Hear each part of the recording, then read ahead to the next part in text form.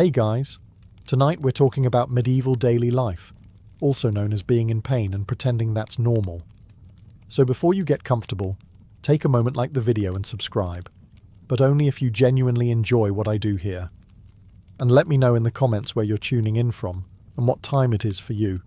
It's always fascinating to see who's joining us from around the world. Now, dim the lights, maybe turn on a fan for that soft background hum, and let's ease into tonight's journey together. Medieval people did not wake up feeling refreshed. There was no rise and shine, because nothing was shining, and rising felt like a personal insult. They woke up already injured, not in a dramatic, lawsuit-worthy way, but in the deeply inconvenient long-term way that never improves and has no exciting story attached to it. Beds were part of the problem. A medieval bed was usually a wooden frame topped with a sack of straw that had been sat on, slept on, and emotionally given up on years earlier. If the straw was fresh, it poked you. If it was old, it had collapsed into strange shapes that targeted your spine with surgical precision. Pillows were rare. Mattresses were a rumour. Comfort was not a priority. Survival had budget constraints. Sitting up triggered the first wave of negotiations with your body. Knees crackled like old floorboards. Backs stiffened immediately, as if protesting the audacity of movement. Necks turned only halfway before filing a formal complaint. None of this caused alarm. If you woke up without pain, that was concerning. It suggested illness, youth, or suspicious levels of wealth.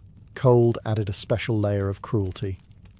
Winter mornings meant muscles that felt frozen into place, fingers that refused to cooperate, and joints that responded to movement with sharp reminders of yesterday's poor decisions. That first step out of bed was a gamble. Sometimes your legs held. Sometimes they reminded you that you carried grain sacks yesterday and would be carrying them again today, whether you liked it or not. Pain did not reset overnight. There was no sleep it off. Pain stacked like unpaid taxes. Yesterday's soreness joined last week's strain, which teamed up with an injury from years ago that never healed correctly and now made surprise appearances during weather changes. Medieval bodies aged aggressively. By 30, many people moved like modern retirees who had angered their chiropractor, and yet no one lingered in bed. Staying down didn't reduce pain, it only delayed work. Animals still needed feeding. Fires needed tending. Fields waited patiently. Pain was not a valid excuse. It was simply the default setting. There wasn't even language for chronic pain. There was just life. Nobody asked how you felt, because the answer was obvious. Of course you hurt. Everyone did. The only real question was whether you could still stand up and keep going. So medieval mornings didn't begin with coffee or motivation. They began with pain, familiar, unavoidable, and already penciled into the day's schedule. If medieval mornings began with back pain, they quickly escalated to mouth pain. Toothaches weren't a medical issue, they were a lifestyle. Almost everyone had at least one tooth that hurt constantly, throbbed randomly, or flared up whenever the weather changed, which in medieval times was always. Dental hygiene as a concept did not exist. Teeth were cleaned accidentally, usually by eating coarse bread that scraped them like sandpaper. Sugar wasn't the problem yet. Survival was. Cracked teeth, worn enamel, and exposed nerves were common. Cavities formed slowly and then announced themselves dramatically, usually in the middle of the night, when pain has the most personality. Infection was frequent. Abscesses swelled under the jaw, creating faces that looked permanently annoyed. Pus drained. Pain radiated into the ear, the eye, the soul. And yet, people carried on, because stopping work due to dental pain was considered deeply impractical. You could still walk. You could still lift things. Therefore, you were fine. There were treatments, technically. Herbs were chewed. Cloves were held against aching teeth. Alcohol was applied generously, both to the mouth and to the person.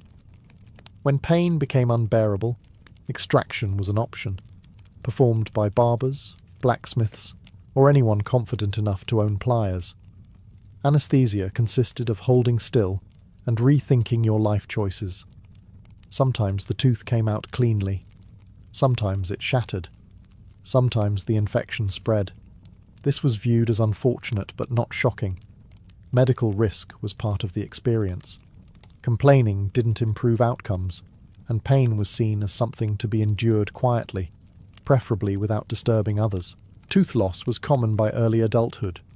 Missing teeth weren't stigmatized. They were expected. A full set of teeth was suspicious. It suggested either youth or divine favoritism.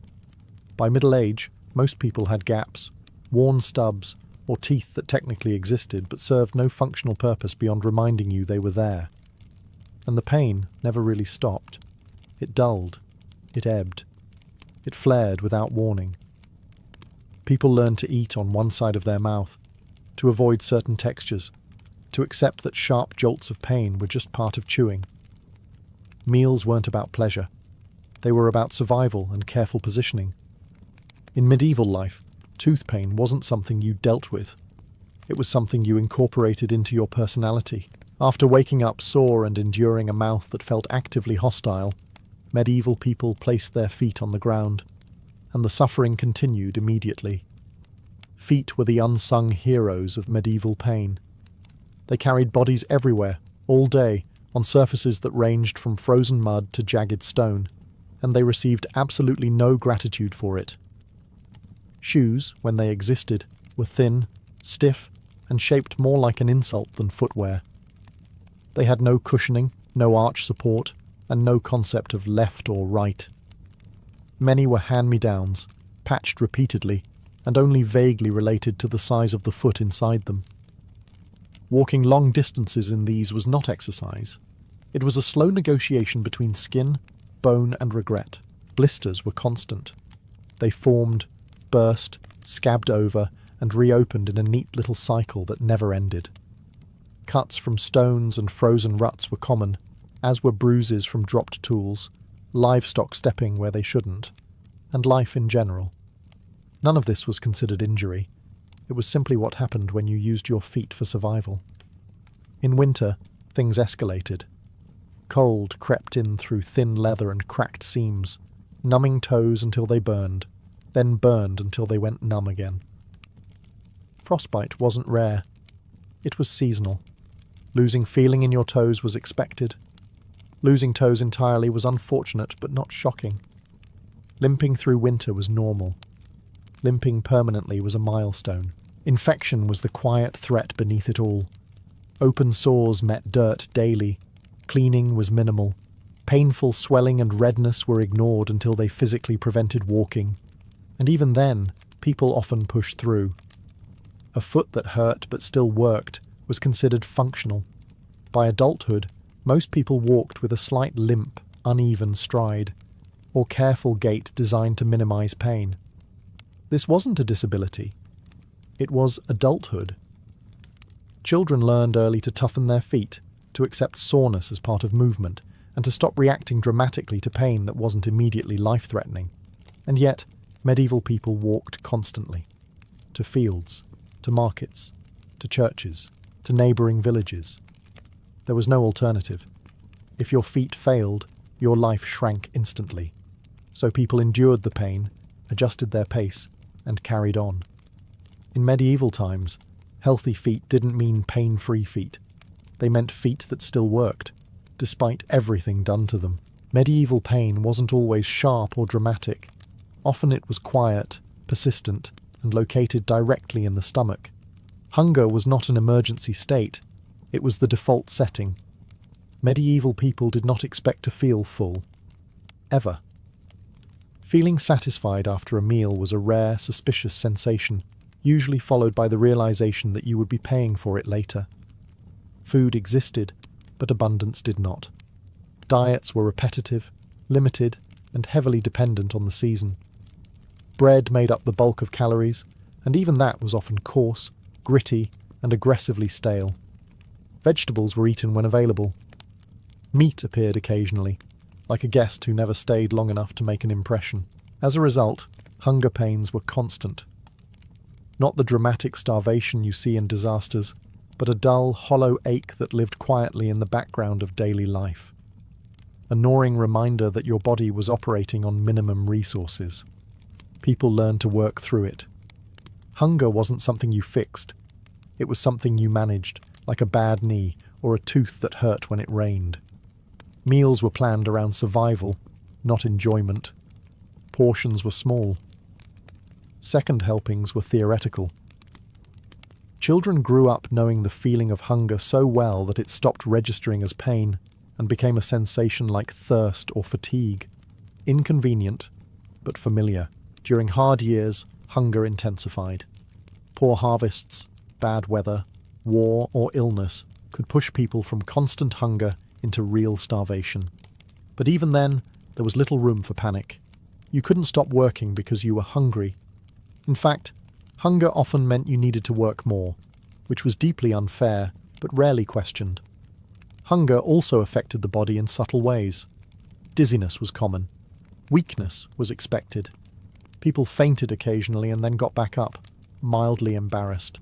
A lack of nutrients led to brittle bones, sore joints, and slow healing.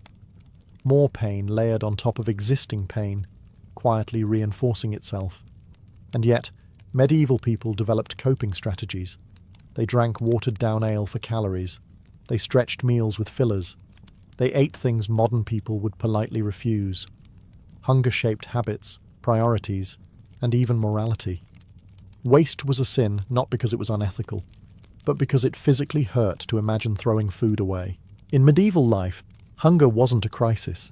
It was a companion, ever-present, dull, and entirely unremarkable. If hunger was the background hum of medieval life, back pain was the soundtrack. It began early, escalated quickly, and never truly left. Medieval people didn't develop back pain. They inherited it from childhood, like an unwanted family tradition. Work started young. Children carried water, gathered firewood, hauled baskets, and helped in the fields long before their bodies had any business doing so. There was no concept of growing pains. Pain meant you were useful. If a child could lift something, they were expected to lift it, repeatedly, daily, and without complaint. By adolescence, backs were already compromised. Spines bent forward slightly from constant labour. Muscles hardened unevenly. Posture adjusted itself around pain, creating new pain in the process. By adulthood, most people moved with the careful efficiency of someone who had learned exactly which motions hurt the least. The work itself was relentless, lifting sacks of grain, carrying water in heavy buckets balanced on yokes, digging frozen soil, threshing, harvesting, stacking, loading. Everything involved bending, twisting, lifting, and holding weight in deeply unhelpful positions. And there were no breaks in the modern sense. You stopped when the light failed or when your body physically refused to continue, whichever came last. There was no treatment, no stretching routines, no ergonomic advice. If your back hurt, you adjusted your grip, shifted the load, or leaned slightly to one side and hoped that solved it. Sometimes it did. Often it didn't. A bad back wasn't diagnosed. It was acknowledged briefly and then ignored. Severe injuries happened. Slipped discs, crushed vertebrae, pulled muscles that never healed correctly. People worked through them because not working wasn't an option. A person who couldn't lift was a burden, and being a burden was more dangerous than pain. By middle age, many people were visibly hunched. Not from age alone, but from years of adaptation. The spine learned to curve to protect itself. Pain dictated posture. Pain shaped movement. Pain became the silent architect of the medieval body. And yet, no one thought this was unusual. A straight, pain-free back wasn't the goal. Function was. If you could still carry, bend, and work, even slowly, you were considered healthy.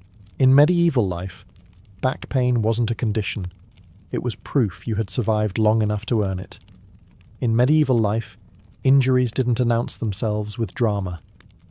They arrived quietly, settled in, and refused to leave. Small cuts, scrapes, splinters, and burns were part of daily existence. So common, they barely registered as injuries at all. If you waited for your skin to be unbroken before working, you would never work. Hands were the worst. They were constantly exposed to tools, rough wood, thorns, rope, metal, and the occasional angry animal. Knuckles were cracked, fingers were nicked, palms carried old scars layered on top of new ones, like a personal injury scrapbook nobody asked for. A hand without cuts was either suspicious or belonged to a child who hadn't been useful yet. These wounds didn't heal quickly. Cleanliness was minimal, bandages were improvised, and the idea of keeping a wound sterile had not yet occurred to anyone. Dirt entered cuts daily. So did manure, dust, and whatever else happened to be nearby. Pain flared, subsided, and then returned when the wound was reopened by more work. Burns were equally normal. Cooking over open flames meant scorched fingers, singed arms, and the occasional serious burn when a pot tipped or embers escaped. Burn scars were common and unremarkable. If someone complained about a burn, the usual response was a glance and a nod. Yes, that happens. Infection was the unspoken threat behind every injury. Redness, swelling, warmth, and pain were watched with mild concern. If the wound still allowed movement, it was ignored. Only when a limb stopped functioning did alarm set in, and by then, it was often too late. Amputation existed, but it was drastic, dangerous, and often fatal in itself. Most wounds simply lingered. They scabbed over, cracked open, scabbed again, and slowly formed scars that thickened the skin and dulled sensation. Pain didn't disappear. It became familiar. People learned which cuts hurt worse in the cold, which burned when wet, and which should not be bumped under any circumstances. Children learned early not to cry over small injuries. Crying didn't fix the cut, and attention was better saved for emergencies. A scraped knee earned sympathy for about 3 seconds. Then it was time to keep moving. In medieval times, wounds weren't treated as temporary setbacks. They were long-term companions. And pain was simply the body reminding you that you were still using it. Medieval cold wasn't just uncomfortable, it was invasive. It didn't stop at the skin. It moved inward, settled into joints, and made itself at home. Cold-induced pain wasn't an occasional problem. It was a seasonal identity. Houses offered very little protection. Walls leaked air, roofs leaked snow, and fires were small, smoky, and never quite enough. When winter arrived, fingers stiffened first, then toes, then ears, noses, and anything else that stuck out into the world with unfortunate confidence. Numbness was common. Burning pain followed. People learned to accept both without comment. Cold pain showed up in stages. At first, there was the sharp sting. Fingers aching as they worked in freezing air, skin cracking until it bled. Then came the dull ache, a deep soreness in joints that never fully warmed again. Knees protested. Wrists throbbed. Old injuries resurfaced like ghosts with unfinished business. Frostbite wasn't rare or dramatic. It was quiet. Skin went pale. Sensation faded. Sometimes it returned. Sometimes it didn't. Losing feeling in a finger was annoying. Losing the finger itself was unfortunate, but survivable. People adapted. Gloves were crude. Mittens were better, but rare. Most warmth came from movement, which was painful in its own way. Cold also amplified every existing ache. A bad back hurt more. Old cuts throbbed. Tooth pain intensified because of course it did. Winter was when the body reminded you of everything you'd ever done wrong. And unlike today, there was no waiting it out indoors. Work continued. Fields didn't care. Animals still needed attention. The cold didn't pause life. It sharpened it. Sleep offered little relief. Nights were long and freezing. Bodies curled inward, trying to conserve heat. Muscles tightened defensively. People woke up stiffer than they went to bed, already bracing for another day of pain. And yet, medieval people rarely described cold pain as suffering. It was simply winter. Complaining about it was like complaining about gravity. Everyone experienced it. Everyone endured it. Those who didn't adapt didn't last. In medieval life, cold wasn't something you avoided. It was something you lived inside. And the pain it caused wasn't exceptional. It was expected, seasonal, and quietly accepted as part of being alive. For medieval women, pain wasn't an occasional visitor. It was scheduled, and nothing on that schedule compared to childbirth. This was not a dramatic once-in-a-lifetime ordeal. It was a recurring event, expected, unavoidable, and approached with the same resigned attitude as winter or taxes. There was no anesthesia, no pain relief worth mentioning, no emergency backup plan that didn't involve prayer. Childbirth happened at home, on straw, surrounded by women who had survived it themselves and therefore considered screaming entirely reasonable but medically irrelevant. Labour was long, hours or days of pain, exhaustion and uncertainty, all while fully conscious and deeply aware that this was one of the most dangerous moments of your life. Complications were common: hemorrhage, infection, tearing, all normal risks.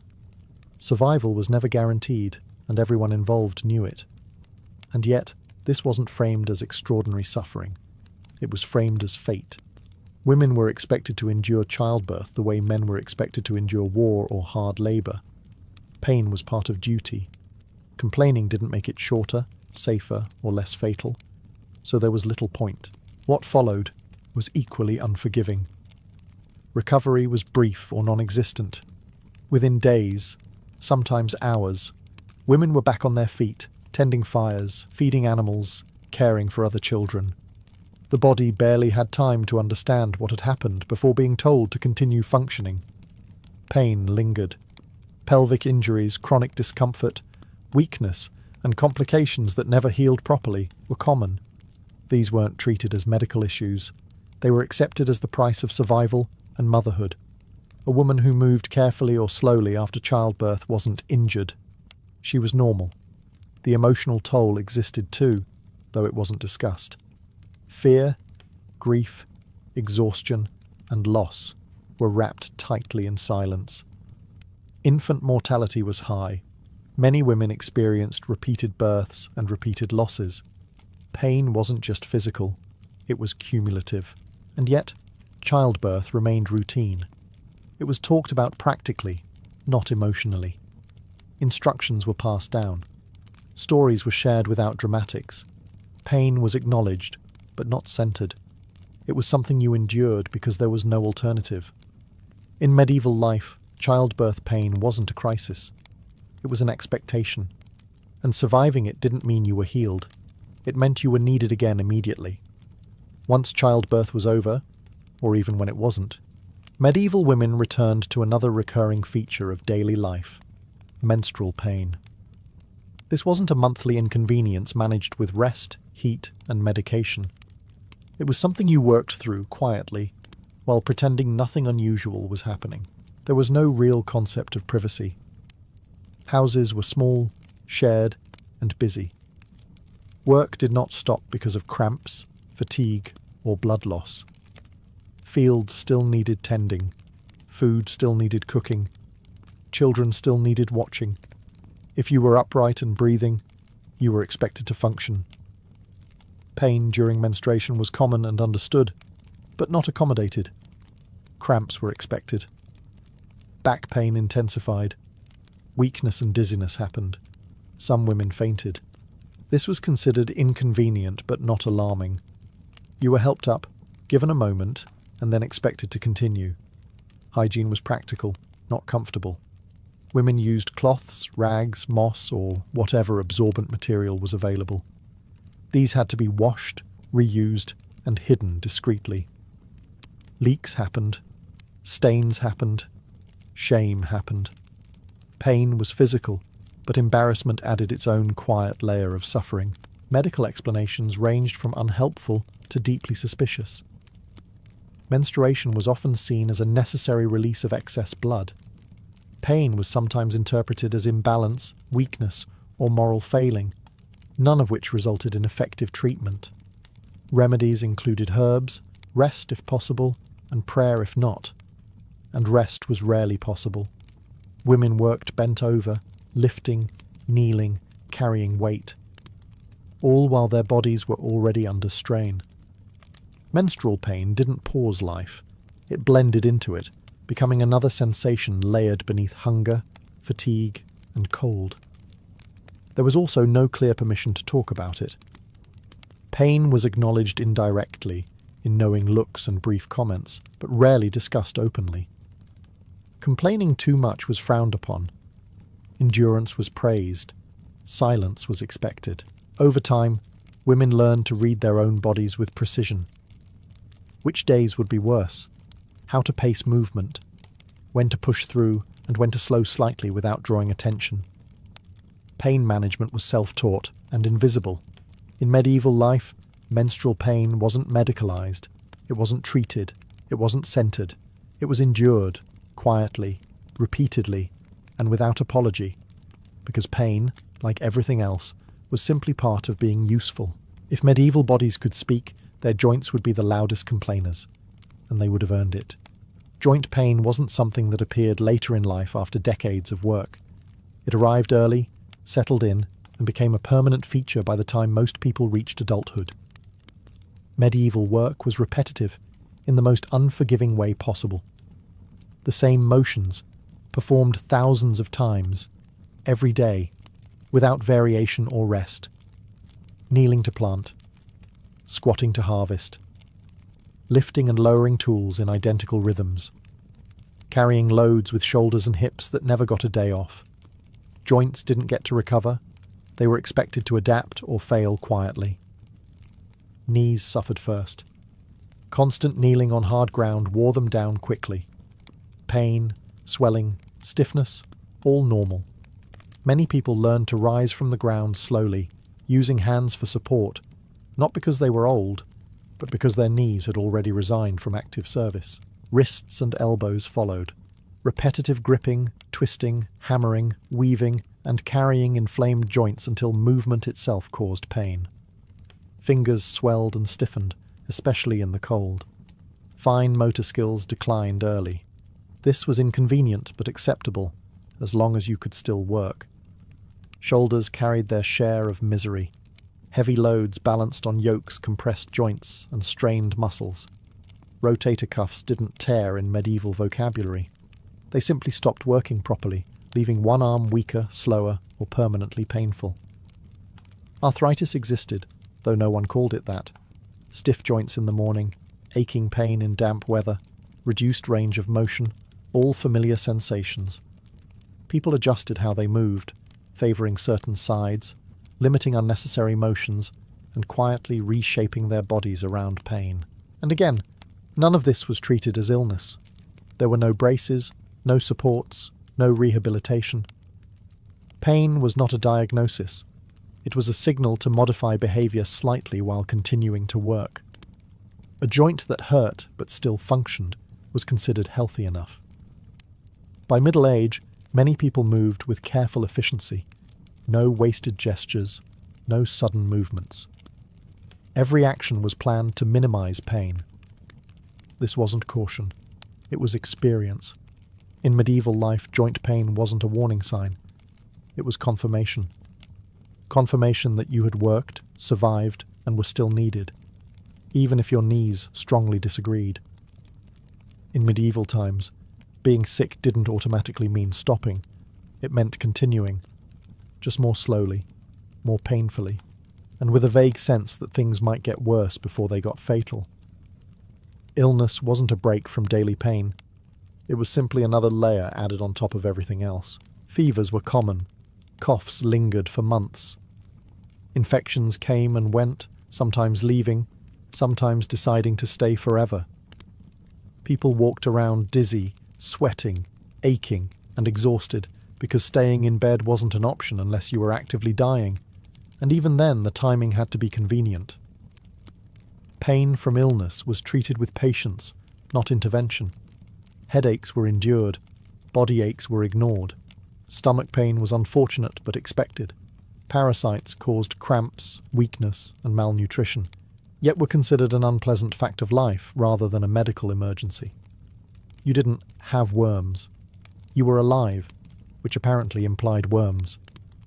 Medical treatment existed, but relief was not guaranteed.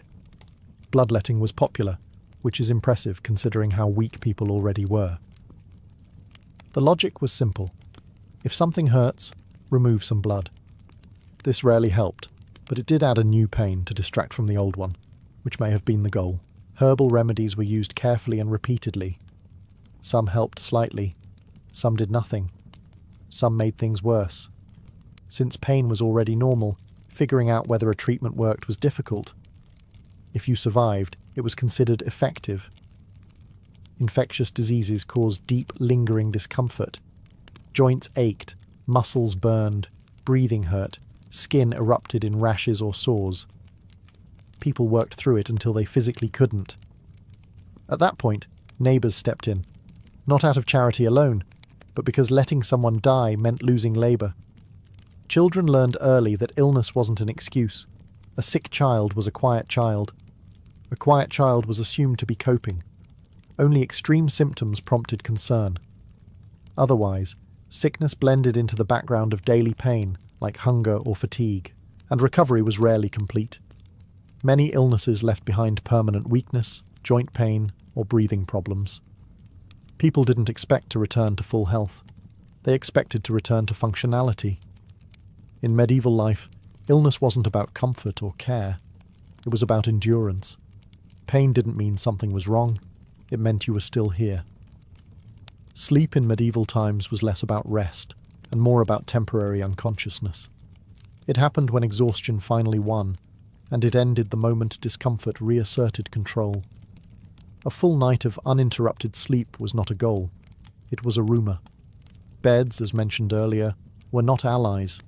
They were surfaces you tolerated. Straw shifted. Wooden frames creaked. Lumps appeared where no lumps had existed before. If you slept well, it was mostly because your body had given up arguing. Waking up sore wasn't a sign of a bad night. It was proof you had slept at all. Nighttime brought its own collection of aches. Cold seeped in as fires died down. Muscles tightened defensively. Old injuries took the opportunity to remind you they were still employed. People woke frequently, not refreshed, but repositioning, slowly, carefully, so as not to anger anything important. Noise didn't help. Animals moved. Wind rattled walls. Other people snored, coughed, or talked in their sleep. Privacy was non-existent. Silence was accidental. If you slept through the night, it meant you were either extremely tired or extremely lucky, neither of which lasted. And then there were nighttime obligations. Fires needed tending. Animals needed checking. Babies cried. Sick family members needed watching. Sleep was fragmented into pieces that never quite added up to rest. People learned to operate permanently tired, their bodies moving on habit rather than energy. The result was constant, low-grade pain. Headaches from poor sleep, muscle aches from incomplete recovery. Joints stiffened further without proper rest. Fatigue magnified every other pain. Hunger hurt more, cold cut deeper, injuries throbbed louder. There was no concept of sleep hygiene, no advice about posture, pillows, or consistent schedules. The body adapted the only way it could, by lowering expectations. People learned to function while tired, to make fewer movements, to conserve energy instinctively, to accept that being exhausted was the baseline. Children grew up watching adults operate this way and assumed it was normal, because it was. You didn't expect to feel rested. You expected to feel capable enough to keep going. In medieval life, sleep wasn't restorative. It was survival's pause button. And waking up aching wasn't a failure. It was confirmation that you'd made it through another night. Medieval people didn't separate emotional pain from physical pain. There was no neat distinction between what hurt in the body and what hurt in the mind. It all arrived together, tangled up, and generally settled somewhere in the chest or stomach. Stress was constant. Survival depended on weather, harvests, health, and the moods of people with swords and authority. Anxiety didn't come with a label. It came as tight muscles, shallow breathing, headaches, stomach cramps, and a persistent sense that something bad was probably about to happen. Because often it was. Grief was everywhere. Death wasn't rare or shocking. It was routine. Children died. Spouses died. Friends disappeared quietly. People mourned, but briefly. There was work to do, mouths to feed, and no space for extended emotional collapse. Grief didn't get processed. It got carried, and carrying it hurt. Fear also lived in the body. Fear of famine, fear of illness, fear of punishment, fear of losing what little you had. This fear showed up as clenched jaws, tense shoulders, restless sleep, and digestive problems that never fully resolved. Medieval people didn't say they were anxious. They said they felt unwell, heavy, or weak. Sadness wasn't discussed openly. Expressing emotional pain too loudly was seen as indulgent or disruptive. Strength meant endurance, so feelings stayed inside, where they did what feelings always do when ignored. They found physical outlets. Headaches were common. Chest tightness was common. Stomach pain without clear cause was common. None of this was diagnosed. It was accepted as part of the human condition. If you could still work, the pain was considered manageable. Religion shaped how emotional pain was interpreted. Suffering was often seen as meaningful or instructive. Pain could be a test, a lesson, or a reminder of humility. This didn't make it hurt less, but it gave it a framework, which sometimes mattered more than relief. People coped quietly, through routine, through repetition, through small comforts, warmth near the fire, familiar food, familiar faces. There was no expectation of happiness. There was only stability, and stability was precious. In medieval life, emotional pain didn't announce itself dramatically. It manifested physically, subtly, persistently. And like every other ache, it was carried forward, because stopping wasn't an option. In medieval society, pain wasn't just tolerated, it was expected. More than that, it was often framed as useful. Enduring pain quietly was considered a sign of strength, discipline, and moral character. Complaining too much, on the other hand, suggested weakness, self-indulgence, or a troubling lack of gratitude for being alive at all. This attitude shaped how people experienced pain. If something hurt, the first question wasn't, "How do we fix this?" It was, "Can you still work?" If the answer was yes, then the pain was officially classified as acceptable. Pain that interfered with duty mattered. Pain that didn't was your own responsibility. Religion reinforced this mindset. Suffering was rarely random in medieval thinking. Pain could be a test, a punishment, a reminder of humility, or a way to earn spiritual merit. This didn't mean people enjoyed pain. It meant they were taught to interpret it. A sore back wasn't just a sore back, it was part of your role in the world. Tooth pain wasn't unfair, it was character building, apparently. This belief system had practical consequences. People were less likely to seek relief, even when it existed. Taking time to rest could feel morally questionable. Enduring discomfort became a habit, then a virtue. You didn't want to be known as someone who avoided work because of pain. That reputation stuck. Communities reinforced these expectations subtly. Praise went to those who worked through illness or injury. Sympathy was brief and conditional. Help was offered, but only until the person could stand again. Lingering weakness made others uncomfortable. Pain was supposed to be temporary, even when it wasn't. Children absorbed these values early. They learned that scraped knees didn't matter, that fatigue was irrelevant, that silence in the face of discomfort was maturity. By adulthood, most people had internalized the idea that pain was simply part of doing what needed to be done. This didn't make medieval people emotionless or cruel. It made them practical. Life required endurance, and endurance required reframing pain as normal rather than alarming. Accepting pain reduced fear. Fear wasted energy. In medieval life, pain wasn't always seen as a problem to solve. It was a condition to endure, a sign that you were fulfilling your role, however uncomfortable that role happened to be. By the end of a medieval life, pain wasn't something that happened to you. It was something you carried with you, like a tool, a scar, or a familiar ache that no longer needed explanation. Pain was the price of continuing, and most people paid it daily without ceremony. Medieval people did not expect their bodies to feel good. That expectation simply did not exist. A pain-free day wasn't a sign of health. It was suspicious. It suggested that you hadn't worked hard enough, hadn't lifted enough, hadn't endured enough. Comfort was not proof of success. Endurance was. Bodies wore down quickly. By what we would now call middle age, many people moved carefully, spoke less about their aches, and conserved energy instinctively. They didn't complain, because complaining didn't change the outcome. Pain was predictable.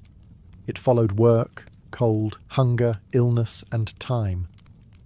You planned around it, adjusted your movements, and kept going. What's striking isn't that medieval people suffered. It's that they normalized it so thoroughly. Pain didn't dominate their identity. It didn't stop the day. It simply existed alongside everything else. People laughed, worked, raised families, argued, prayed, and hoped, all while hurting. Modern people often imagine medieval life as unusually brutal, and in many ways it was. But medieval people didn't experience their pain as a constant emergency. They experienced it as the cost of being alive in a demanding world.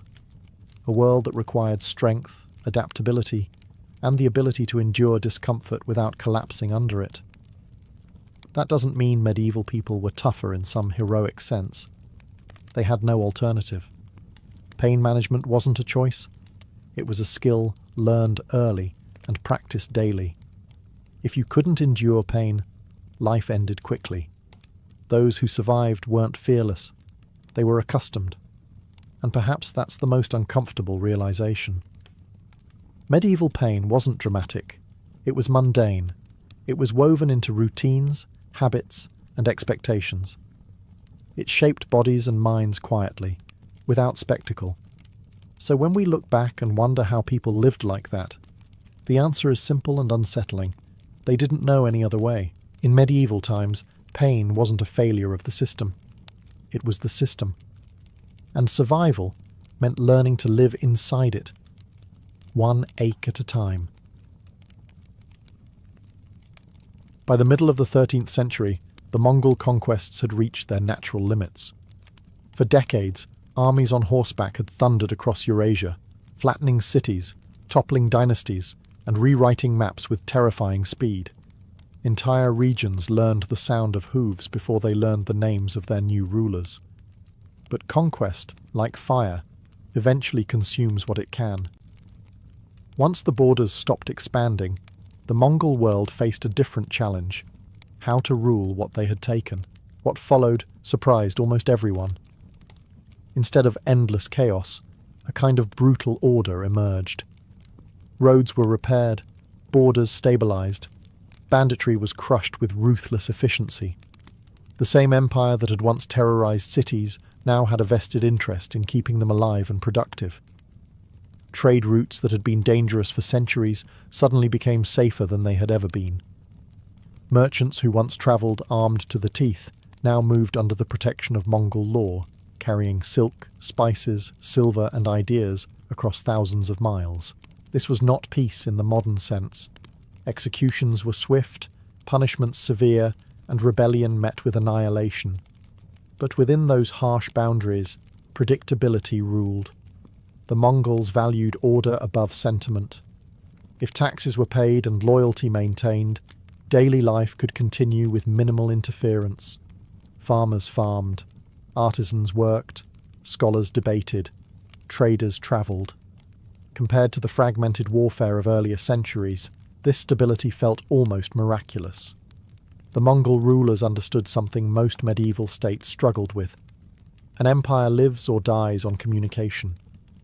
They built and expanded a vast relay system of roads and stations, allowing messengers to cross continents in days rather than months. Orders flowed outward from imperial centres, and information flowed back just as quickly. For the first time in history, Eurasia functioned like a single, if loosely stitched, political space. Fear still lingered, of course. The memory of destruction was fresh, and Mongol authority rested on the unspoken reminder of what happened to those who resisted. Yet fear alone cannot sustain an empire. What truly defined this period was utility.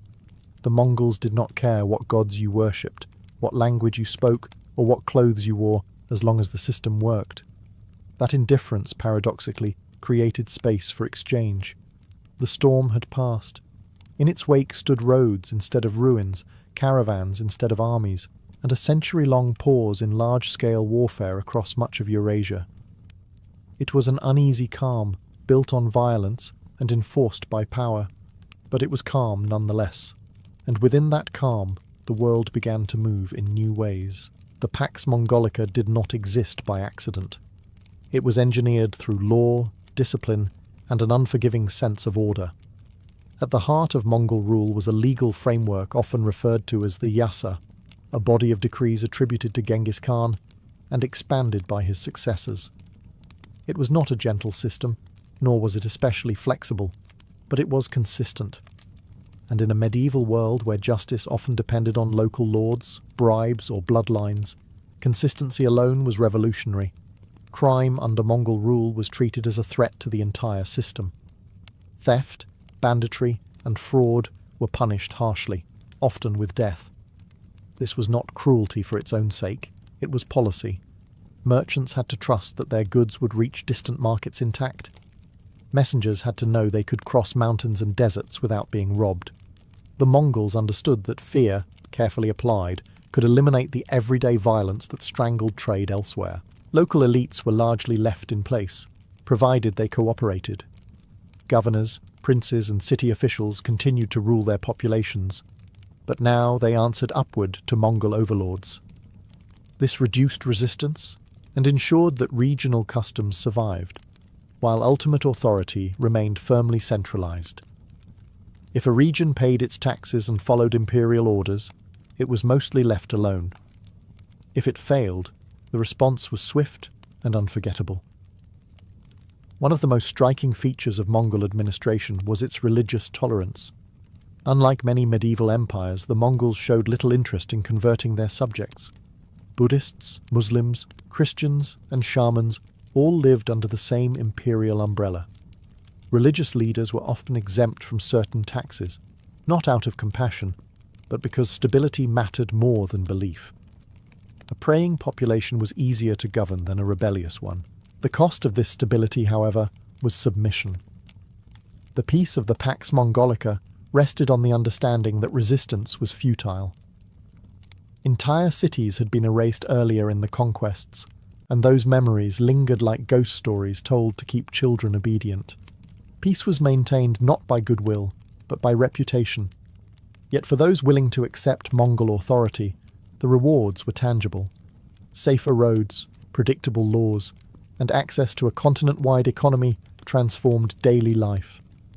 It was a peace enforced by the sword, but for many, it was preferable to the endless local wars that had come before. Order had a price. Most people paid it quietly and moved on with their lives. If the Pax Mongolica had a physical backbone, it was movement. Goods, people, messages, and ideas flowed across Eurasia with a speed and reliability that would have seemed impossible a century earlier. The Mongols did not invent long-distance trade, but they perfected its protection. Under their rule, the great overland routes linking East Asia, Central Asia, the Middle East and Europe became arteries of a single imperial body. Central to this system was the Yam, an extensive relay network of roads and way stations stretching thousands of miles. These stations were stocked with fresh horses, food, and lodging, allowing official messengers to travel enormous distances at staggering speed. A message could cross regions in days that once took months. This was not just convenience. It was control. Rapid communication allowed the Mongol rulers to respond to unrest, adjust taxation, and coordinate distant territories with unprecedented efficiency. Merchants were among the greatest beneficiaries. Traders carried official passports, known as paisa, which granted them safe passage, supplies, and protection throughout the empire. In return, they paid taxes and shared information. Commerce and intelligence became intertwined. A caravan did not just bring silk or spices, it brought news of prices, politics, and potential threats. The roads themselves became cultural crossroads. Persian astronomers met Chinese engineers. Italian merchants encountered Central Asian translators. Medical knowledge, navigation techniques, artistic styles, and military technologies moved alongside luxury goods. Paper currency, printing methods, and gunpowder knowledge travelled westward, while glass-making techniques and artistic motifs moved east. The Mongol peace turned distance into something manageable. Travel was still dangerous, of course. Deserts remained deserts. Mountains did not grow shorter. Disease lurked in crowded caravanserais. But compared to earlier centuries, the risks were dramatically reduced. Bandits knew better than to prey on travellers under Mongol protection. Local officials were held responsible if crimes occurred in their jurisdiction. Failure to maintain order meant punishment, and no one wanted that attention. For the first time, a traveller could plausibly imagine crossing the entire breadth of Eurasia without changing political systems every few weeks. This psychological shift mattered. It encouraged ambition. It encouraged curiosity. It encouraged people to think beyond local horizons. The roads of the Pax Mongolica did more than move objects. They reshaped how people understood the world. Distant lands felt closer.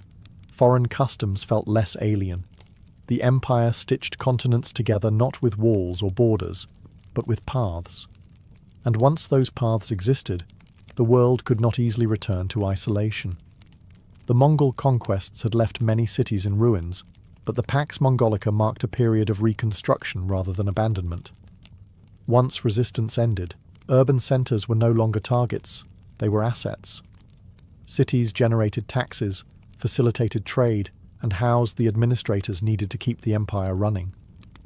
As a result, many towns that had suffered during the invasions were rebuilt, repopulated, and reintegrated into wider commercial networks. Mongol rulers invested heavily in key cities along major trade routes. Markets were reopened, warehouses expanded, and infrastructure repaired. Caravanserais appeared at regular intervals, offering food, shelter, and storage for merchants and travellers. These were not luxuries, they were economic tools.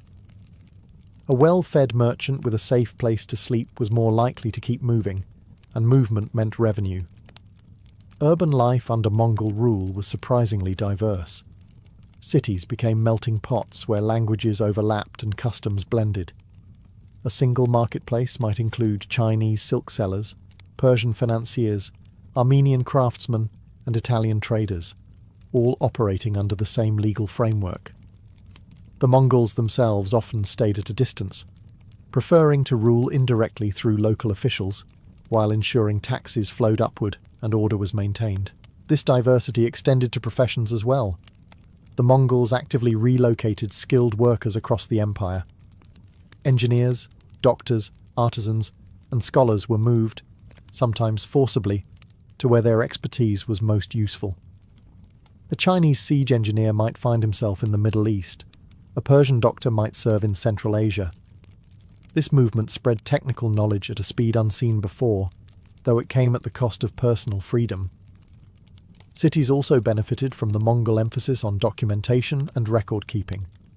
Census-taking became more systematic. Tax categories were standardized. Urban populations were counted, classified, and monitored. While this increased control, it also reduced arbitrary demands. People knew what was expected of them, and predictability again proved valuable. Not all cities thrived equally. Those off the main trade routes often stagnated, while those positioned along major corridors flourished. Geography mattered more than heritage. A strategically placed town could rise quickly, while an ancient city could fade if it no longer served imperial needs. Under the Pax Mongolica, cities became engines of exchange rather than fortresses of survival. Walls still stood, but commerce mattered more than defence. In these urban spaces, the Mongol peace became tangible, not as an abstract policy, but as daily movement, noise, and negotiation. The Pax Mongolica did more than move goods and people. It accelerated the movement of ideas.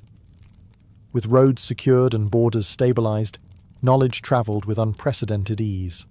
Scholars, artisans, missionaries, and physicians crossed vast distances, carrying techniques and theories that would quietly reshape societies far from their point of origin. The Mongols did not set out to create an intellectual renaissance, but by removing barriers, they made one possible. Technologies developed in East Asia began to circulate widely. Paper production expanded westward, changing how information was recorded and preserved. Printing methods followed, slowly altering access to texts. Gunpowder knowledge migrated beyond its Chinese origins, initially as a curiosity, then as a military innovation that would eventually transform warfare. Even simple inventions, like improved stirrups, saddles, and navigational tools, had outsized effects when shared across cultures. Medical knowledge also flowed along these routes. Islamic physicians exchanged ideas with Chinese doctors, blending herbal remedies, surgical techniques, and diagnostic theories. Hospitals and medical texts benefited from this cross-pollination, though understanding remained limited by medieval science. Astrology, astronomy, mathematics, and geography all experienced similar exchanges, as scholars compared models of the cosmos and refined measurements of time and space. Religion, too, travelled freely. Buddhist monks, Muslim scholars, Christian missionaries, and Nestorian priests moved through Mongol lands with relative safety. The empire's tolerance allowed debates and conversions to occur without immediate state interference. Some travellers hoped to win souls, others simply recorded what they saw. Their writings introduced distant cultures to one another, sometimes accurately, sometimes through layers of misunderstanding. Yet this openness had darker consequences. The same networks that carried silk and scholarship also carried disease. Pathogens travelled as efficiently as caravans, moving from region to region with devastating speed. The most infamous example was the plague that would sweep across Eurasia in the 14th century. The Mongol trade routes did not cause it, but they allowed it to spread faster and farther than ever before. The Pax Mongolica thus became a double-edged sword. It enriched cities, expanded knowledge, and connected civilizations, but it also exposed societies to risks they were unprepared to handle. Isolation had once acted as a crude form of protection. Connectivity removed that shield. In linking the world together, the Mongol peace changed the rules of history. Progress and catastrophe now moved along the same roads, and humanity would never again experience ideas or disasters in isolation. Under the Pax Mongolica, trade ceased to be a regional affair and became a truly continental system. For the first time, merchants could plan journeys that spanned thousands of miles with reasonable confidence that the rules would remain the same along the way. Taxes were standardized, routes protected, and disputes settled under a shared imperial framework.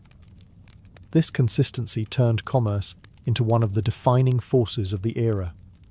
Luxury goods moved in enormous volumes: silk from China, spices from Southeast Asia, precious stones from India, silver from Central Asia, and fine textiles from the Islamic world all flowed toward distant markets. These were not novelties reserved for royalty alone. A growing merchant class emerged, wealthy enough to influence local politics and culture. Trade wealth began to rival land ownership as a source of power. The Mongol state actively supported this system. Merchants were granted legal privileges and, in some cases, direct partnerships with Mongol elites. The empire invested in caravans, shared risks, and even compensated traders for losses in certain circumstances. Commerce was not merely tolerated, it was encouraged as a pillar of imperial stability. A prosperous merchant meant a prosperous tax base. Financial innovations followed. Credit systems expanded, allowing merchants to borrow and invest across long distances. Bills of exchange reduced the need to transport large amounts of coin, lowering risk and speeding transactions. Money itself became more abstract, less tied to physical presence. These practices laid early groundwork for later global financial systems. Trade also reshaped social structures. Cities along major routes became cosmopolitan hubs, while rural areas increasingly supplied goods for distant consumers rather than local markets. Artisans adapted their products to foreign tastes. Clothing styles, food preferences, and decorative motifs blended as cultures influenced one another through commerce. Yet this system depended on Mongol power. Protection was enforced, not negotiated. When caravans moved safely, it was because the threat of punishment loomed over anyone tempted to interfere. The peace of the marketplace was backed by the memory of past destruction. Still, for those living within it, the benefits were undeniable. Trade created opportunity, mobility, and wealth on a scale previously unimaginable. It tied livelihoods to distant places and made events in far-off regions suddenly relevant. A failed harvest in one land could ripple across continents. In turning Eurasia into a connected economic zone, the Pax Mongolica transformed trade from a risky gamble into a structured enterprise. Borders blurred, markets expanded, and the world learned, perhaps for the first time, what true economic interdependence felt like. For all its order and prosperity, the Pax Mongolica was never as solid as it appeared. Beneath the surface of stability lay tensions that the Mongol system could suppress, but not eliminate. The empire's vast size, once its greatest strength, gradually became its most serious weakness. Governing lands that stretched across continents required constant coordination, loyalty, and competent leadership, none of which were guaranteed forever. Succession was a persistent problem. Mongol tradition did not enforce a single clear line of inheritance, and every death of a great Khan reopened old rivalries. Brothers, cousins, and sons competed for power, dragging entire regions into political uncertainty. While trade routes remained open, decision-making slowed, and local rulers grew more autonomous. The empire began to fracture into semi-independent khanates, each prioritizing its own interests. Economic strain followed political division. Maintaining roads, relay stations, and military patrols required resources and cooperation. As central authority weakened, funding declined. Corruption crept in. Local officials grew less accountable, and enforcement became uneven. Merchants still travelled, but confidence began to erode. Safety depended increasingly on location, rather than imperial reach. Environmental pressures added to the strain. Climate fluctuations affected pasture lands and agricultural output, undermining the nomadic foundations of Mongol power. Famine and resource shortages increased internal tensions, especially among elites accustomed to abundance. An empire built on movement struggled when movement became harder to sustain. Disease compounded these problems. Repeated outbreaks disrupted labour, trade, and governance. Entire communities vanished, leaving administrative gaps and economic shockwaves.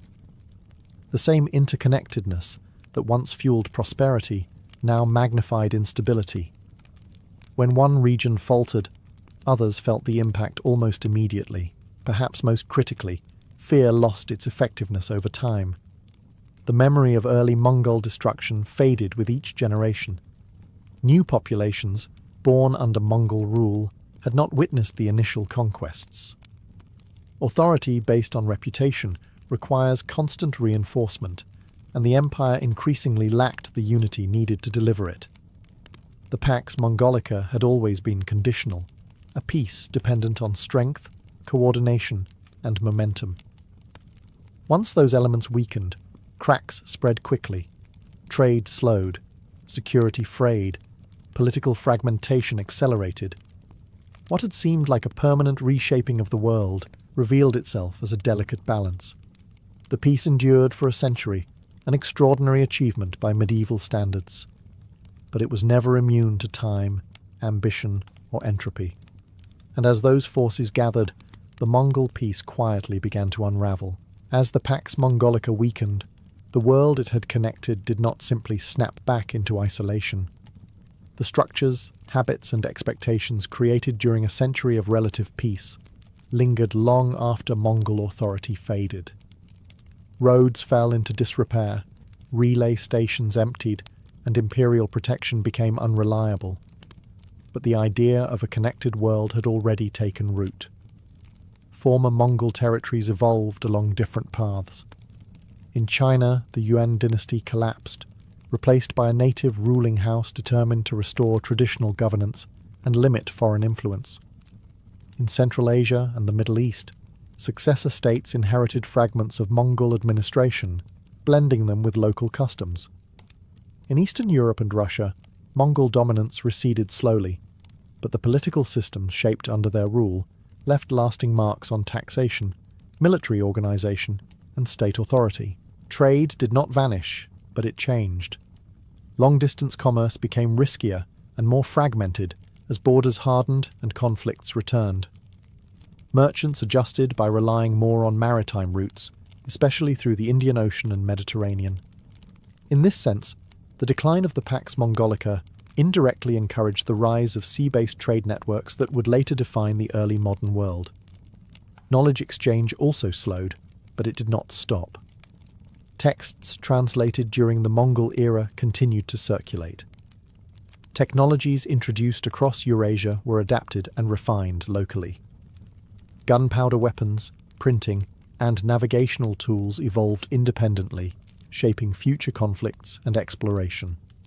The intellectual momentum generated during the Mongol peace proved difficult to extinguish. Politically, the memory of imperial unity became both a cautionary tale and an inspiration. Rulers recognized the advantages of centralized authority, standardized law, and protected trade. Later empires, from the Ottomans to the Ming, borrowed selectively from Mongol practices, often without acknowledging the source. The idea that stability could be imposed across diverse populations was no longer theoretical, it had been demonstrated. The human cost, however, remained visible. Regions depopulated by war and plague took generations to recover. Entire communities had been relocated or erased. The benefits of connectivity had come with irreversible losses. History did not forget that balance. The end of the Pax Mongolica marked a transition rather than a collapse. The world moved forward carrying both the advantages and the scars of that century. The Mongol peace had shown what was possible when distance lost its power, and what could happen when a single system held too much of the world together. The Pax Mongolica occupies an unusual place in history. It was not born from ideals of harmony or mutual understanding, but from conquest, fear, and absolute power. And yet, its consequences reshaped the world more profoundly than many empires built on nobler claims. For roughly a century, Eurasia functioned as a connected system, politically fractured at the edges but unified in practice by movement, exchange, and enforced stability. What made this peace remarkable was not its morality, but its scale. Never before had so much territory operated under a single framework of security and law. Never before had a merchant, scholar, or traveller been able to cross continents with such relative consistency. The Mongols did not erase cultural differences, they bypassed them. Language, religion, and custom mattered less than obedience to the system. That indifference, harsh as it was, created space for interaction rather than exclusion. The Pax Mongolica also exposed a fundamental truth about globalization long before the word existed. Connection amplifies everything. Wealth spreads faster. Ideas multiply more quickly. So do instability, disease, and inequality. The Mongol world revealed that integration is powerful, but fragile. When the central force weakens, the consequences ripple outward just as efficiently as prosperity once did. Later generations would struggle to interpret this legacy.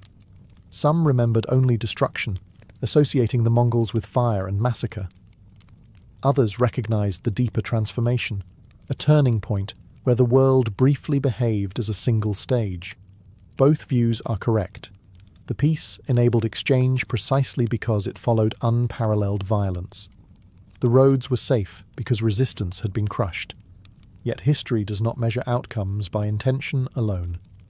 The Mongols did not plan to accelerate technological diffusion, reshape global trade, or prepare the ground for future empires and explorations. They did so anyway. Europe's gradual awakening to the wider world, Asia's expanding networks, and the eventual rise of global commerce all carried traces of this century of motion. When the Pax Mongolica ended, the conditions that sustained it vanished. But the memory of what had been possible did not. The idea that continents could be linked, that knowledge could move freely, and that distance could be conquered had entered human imagination for good. In that sense, the Mongol peace never truly disappeared. It survived as an echo, quiet, unsettling, and transformative, reminding the world that even the harshest empires can leave behind unexpected pathways forward. Long before permanent theatres, written scripts, or named playwrights, performance was woven into the fabric of survival itself. In early civilizations, to perform was not to entertain, but to participate in the unseen forces believed to govern the world.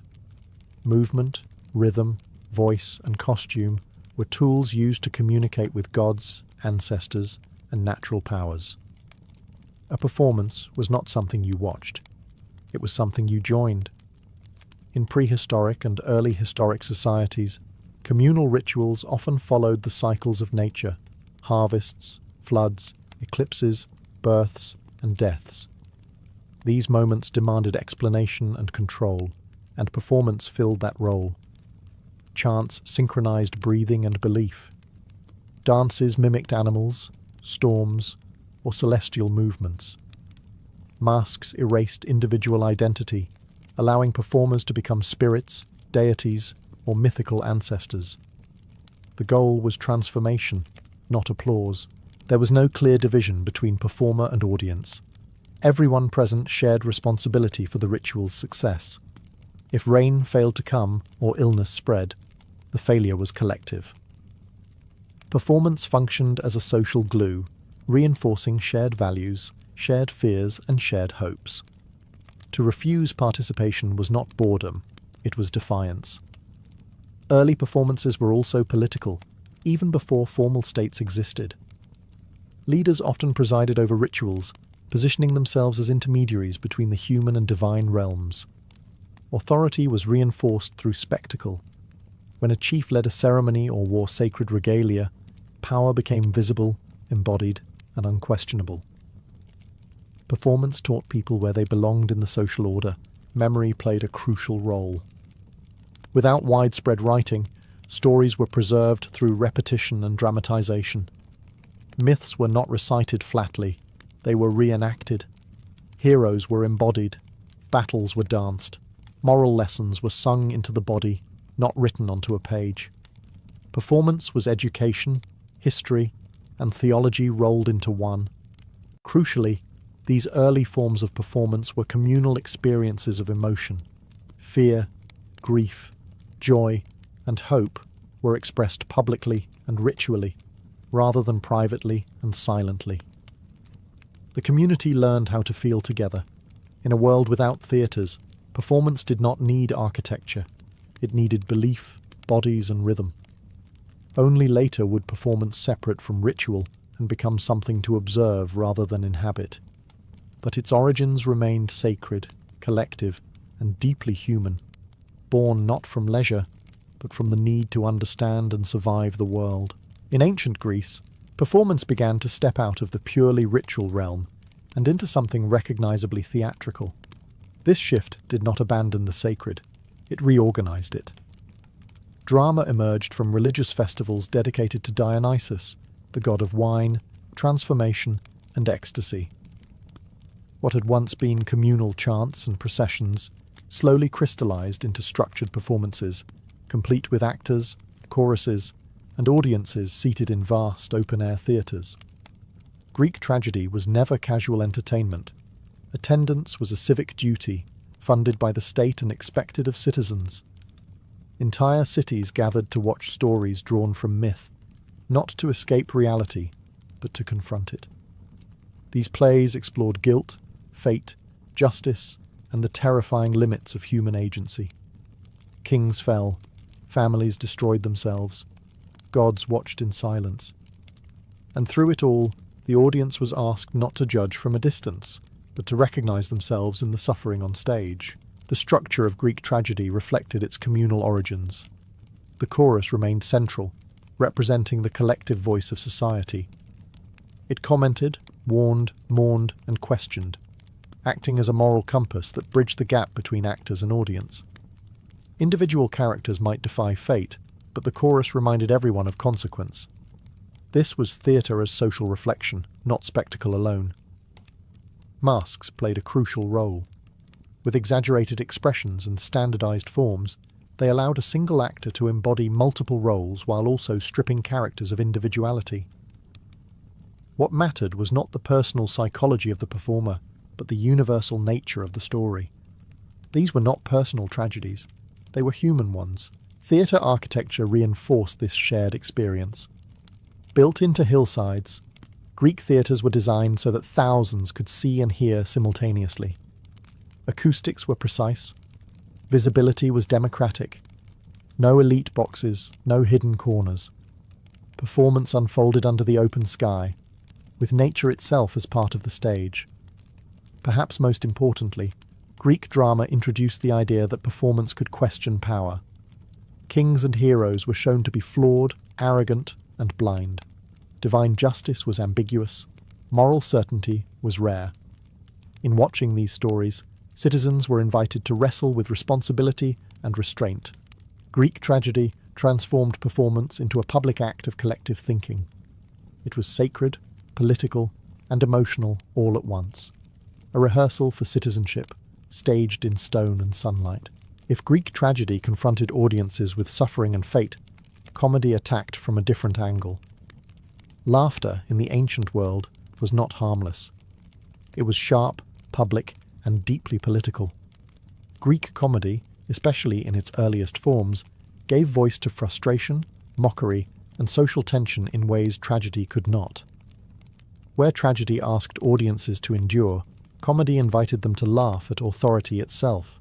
Like tragedy, comedy grew out of religious festivals honouring Dionysus, but its tone was deliberately unruly. Playwrights filled the stage with exaggerated bodies, obscene jokes, and direct insults aimed at politicians, generals, philosophers, and even the gods. These plays were not subtle. They were loud, vulgar, and fearless. In a society that prized public honour, ridicule was a powerful weapon. The audience was not passive. Comic playwrights spoke directly to spectators, sometimes abandoning the narrative entirely to comment on current events. This breaking of the fourth wall created a sense of intimacy and complicity. The crowd was not just watching satire, it was participating in it. Laughter became a form of communal judgment, signalling approval or condemnation in real time. Masks and costumes amplified the effect. Oversized features, padded bodies, and grotesque caricatures turned recognizable public figures into absurd distortions. By exaggerating flaws, comedy stripped authority of its mystique. A general could be reduced to a coward, a philosopher to a fool. For a few hours, hierarchy collapsed under the weight of humour. This freedom, however, was carefully bounded by time and place.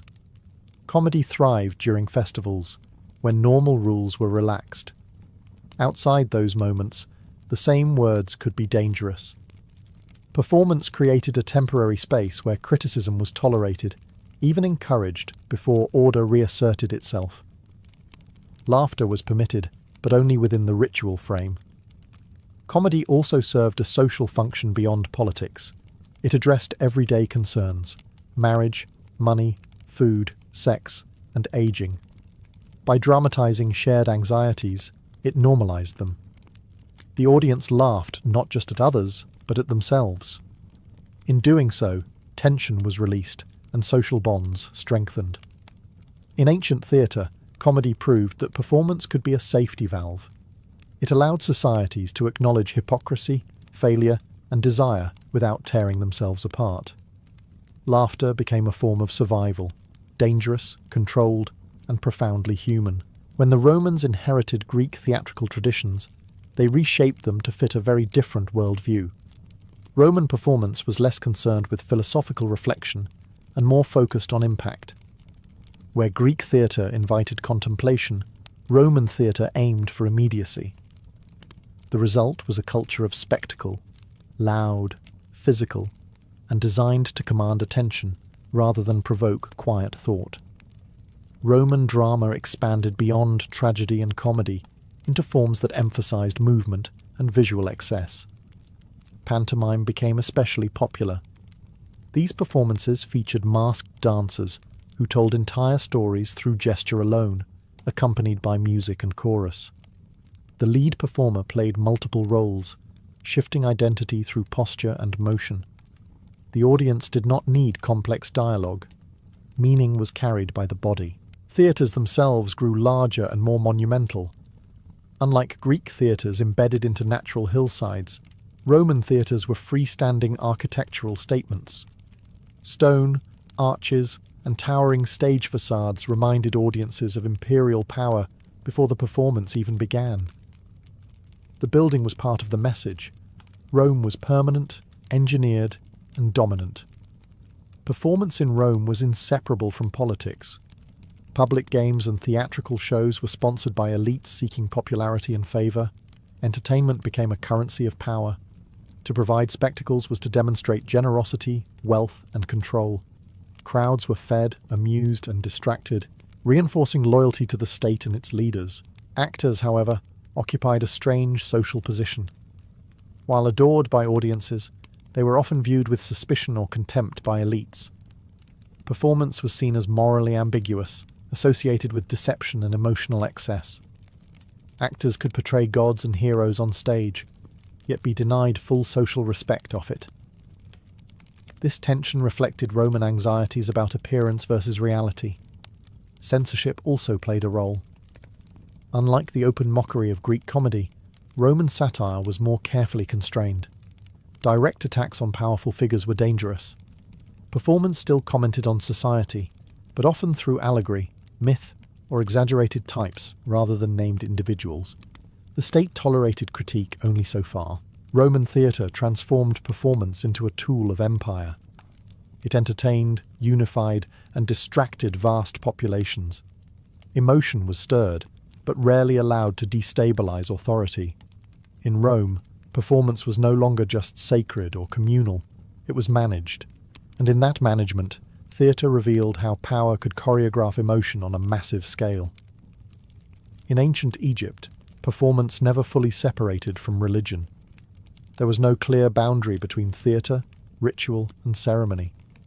To perform was to reenact cosmic order, to participate in the eternal struggle between balance and chaos. Performance did not exist for novelty or critique, but for continuity. Each reenactment reaffirmed that the universe was still functioning as it should. Temple rituals formed the heart of Egyptian performance culture. Priests acted out sacred narratives through movement, costume, chant, and procession. These were not symbolic gestures. They were believed to have real effects. When a priest performed a ritual, the gods were not merely honoured, they were activated. The performance maintained Mat, the divine principle of harmony and balance that held the world together. One of the most important ritual performances was the reenactment of the myth of Osiris. Through ceremonial drama, the murder, dismemberment, and resurrection of the god were staged repeatedly across centuries. This was not entertainment for an audience seeking novelty. It was repetition with purpose. Each reenactment promised renewal, fertility, and the continuity of kingship. The story did not change, because the cosmos could not afford it to change. The pharaoh stood at the centre of this performative universe. Every public appearance was carefully staged. Clothing, posture, and gesture communicated divine authority. The king was not pretending to be a god. He was performing godhood as a function of rule. Ceremony legitimized power. Without ritual, authority dissolved. Unlike Greek or Roman theatre, Egyptian performance was often restricted. Many rituals were hidden from public view, conducted deep within temple complexes. Mystery itself was part of the performance. What was unseen carried weight. Silence, darkness, and repetition created an atmosphere where belief thrived without explanation. Music and movement played essential roles. Sistrums, drums, and chanting regulated tempo and emotion. Dance was controlled and symbolic, not expressive in a personal sense. The individual performer mattered less than the precision of the act. Mistakes were dangerous. Improvisation was unthinkable. In Egypt, performance was timeless. Actors did not seek applause or fame. They sought correctness. By reenacting sacred stories exactly as prescribed, performers linked the present to the distant past. Theatre here was not about change or debate. It was about ensuring that tomorrow looked like yesterday. In ancient India, performance developed along a path that blended ritual, philosophy, and aesthetic theory into a uniquely refined dramatic tradition. Sanskrit drama was not designed to shock, mock, or overwhelm its audience. Instead, it sought harmony between actor and spectator, story and emotion, earthly life and cosmic order. Theatre here was a disciplined art of feeling. Central to Indian performance was the concept of rasa, often translated as essence or flavour. A play was successful not because of plot twists or realism, but because it evoked specific emotional states in the audience. Love, sorrow, heroism, fear, wonder, and serenity were carefully cultivated through dialogue, gesture, music, and rhythm. The audience was meant to taste emotion, not be consumed by it. Actors underwent rigorous training.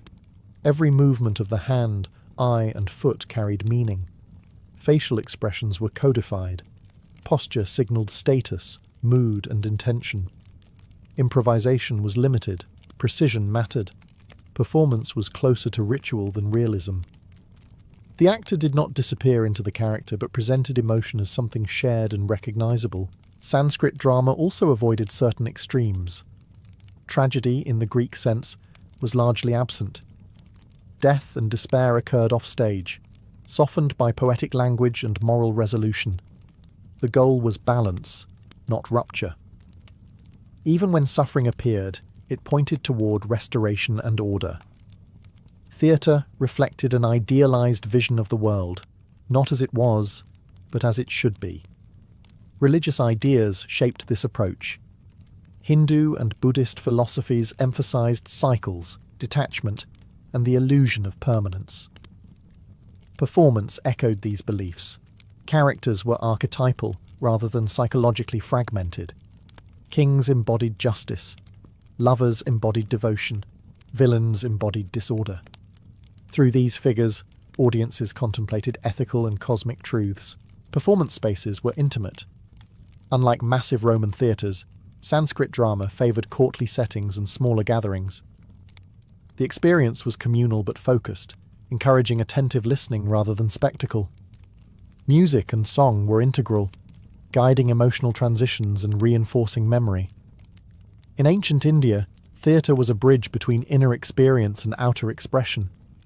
It taught audiences how to feel without losing control, how to witness emotion without drowning in it. Performance was not an escape from reality. It was training for understanding it. Across the ancient world, performance relied on the body long before it relied on words. Masks, gesture, posture, and movement formed a shared language that could cross borders of speech and literacy. In societies where many could not read, and where audiences were often multilingual, the body became the most reliable storyteller. Performance was seen as something you understood with your eyes as much as your ears. Masks were central to this physical vocabulary. In Greece, Rome, ritual Africa, and parts of Asia, masks transformed performers into something other than human.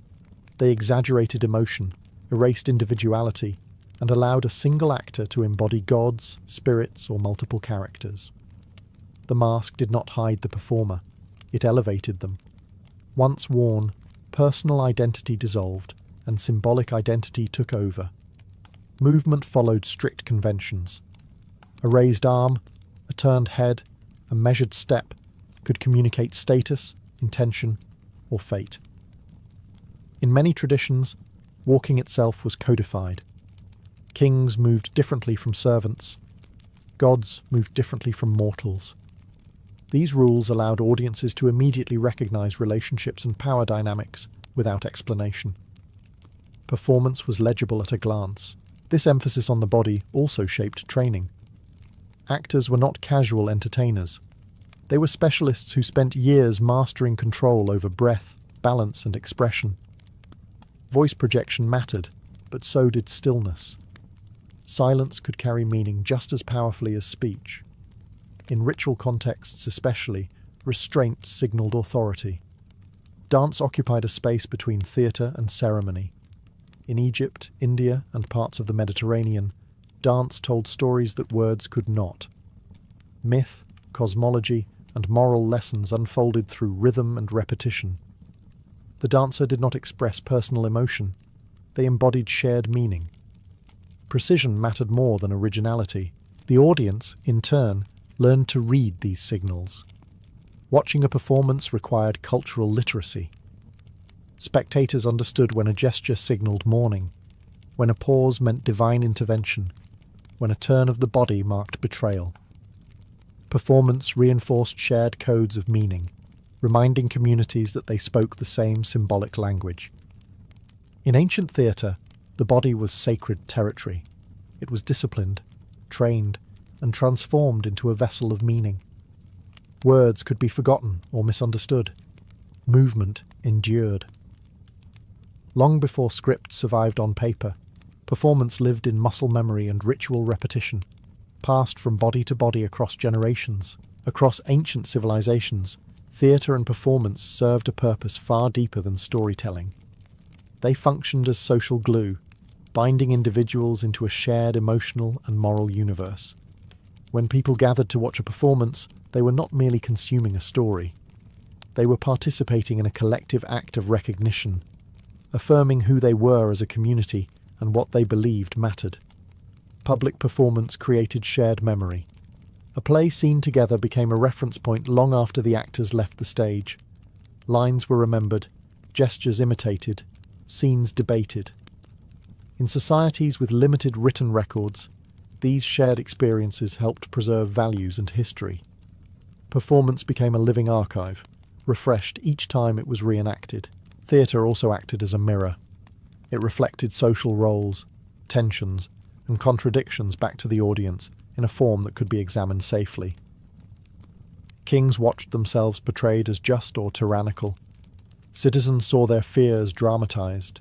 Families recognized their conflicts in mythic form. This reflection was not always comfortable, but it was controlled. The stage allowed societies to confront themselves without immediate consequence. Importantly, performance equalized experience. In a theatre, social hierarchies blurred. Elites and commoners sat within sight of one another, reacting to the same moments. Laughter, silence, and grief spread through the crowd collectively. For a few hours, emotional experience overrode status.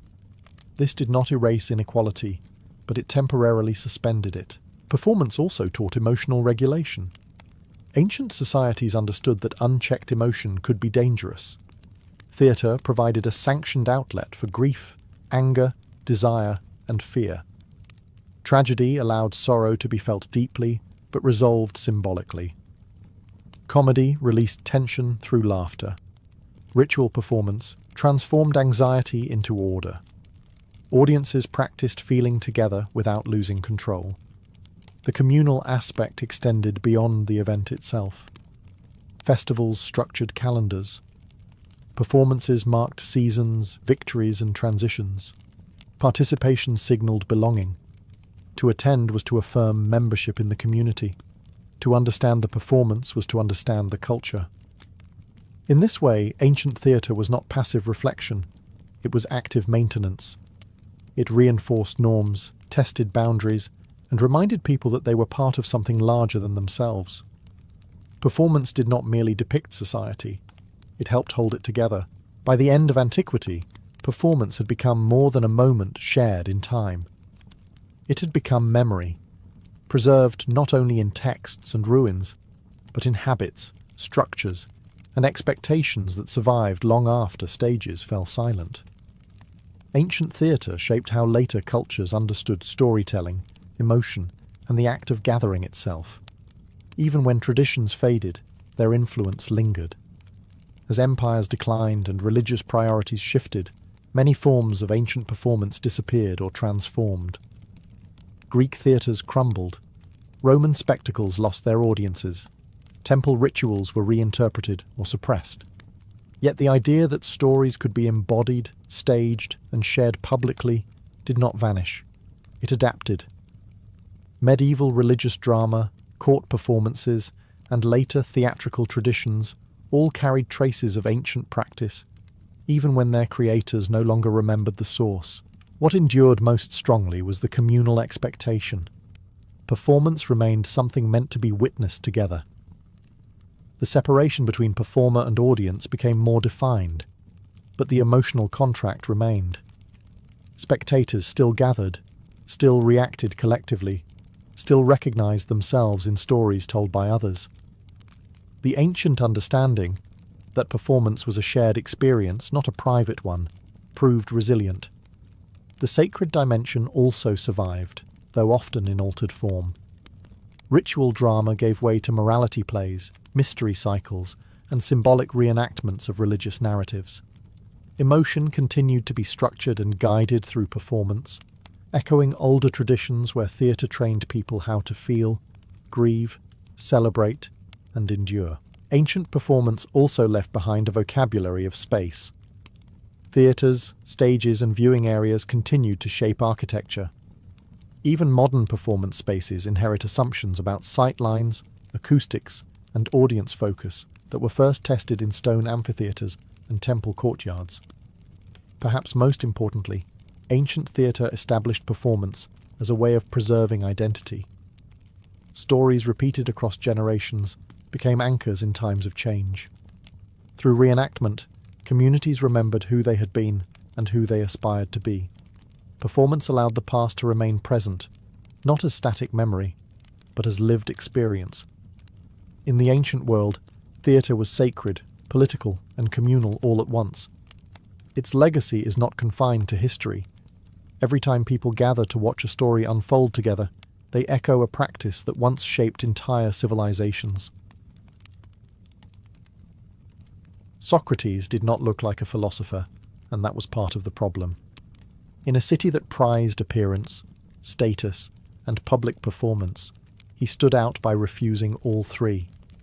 He walked barefoot through the streets of Athens, dressed in the same worn cloak day after day, indifferent to comfort and openly dismissive of wealth.